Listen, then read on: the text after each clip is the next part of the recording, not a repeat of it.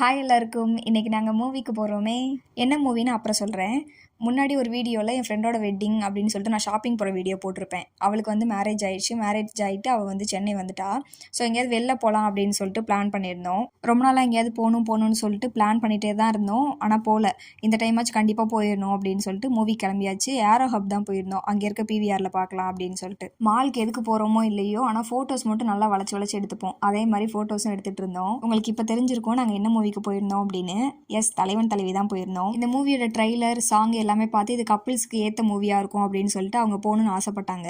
அதனால நாங்கள் ஃபஸ்ட் டேவே போகலாம் அப்படின்னு சொல்லிட்டு ஈவினிங் ஷோக்கு ட்ரை பண்ணோம். ஆனால் ஹவுஸ்ஃபுல் ஆயிடுச்சு, டிக்கெட் கிடைக்கல. அதுக்கப்புறம் நாங்கள் வீக்கெண்டில் ஒரு 2 days கழிச்சு தான் போனோம். மூவி பார்த்துட்டு வீட்டுக்கு போகிறதுக்கு ரொம்ப லேட் ஆயிடுச்சு. அதோட டின்னரும் கடையிலே வாங்கிட்டு போயிடலாம் அப்படின்னு சொல்லிட்டு கடையிலே வாங்கிட்டு போயிட்டோம். மூவி எப்படி இருக்குன்னு கேட்டிங்கன்னா, என்னோட பர்சனல் ஒப்பீனியன் பார்த்தீங்கன்னா ஓகே அப்படின்னு தான் சொல்லுவேன். ஓகேவாக தான் இருந்துச்சு. செம்மையாக இருக்குது அப்படின்னு சொல்கிற மாதிரிலாம் ஃபீல் ஆகலை. ஓகேவாக தான் எனக்கு ஃபீல் ஆச்சு. நீங்கள் மூவி பார்த்துருந்தீங்கன்னா எப்படி இருக்குன்னு கமெண்ட்டில் சொல்லிட்டு போங்க.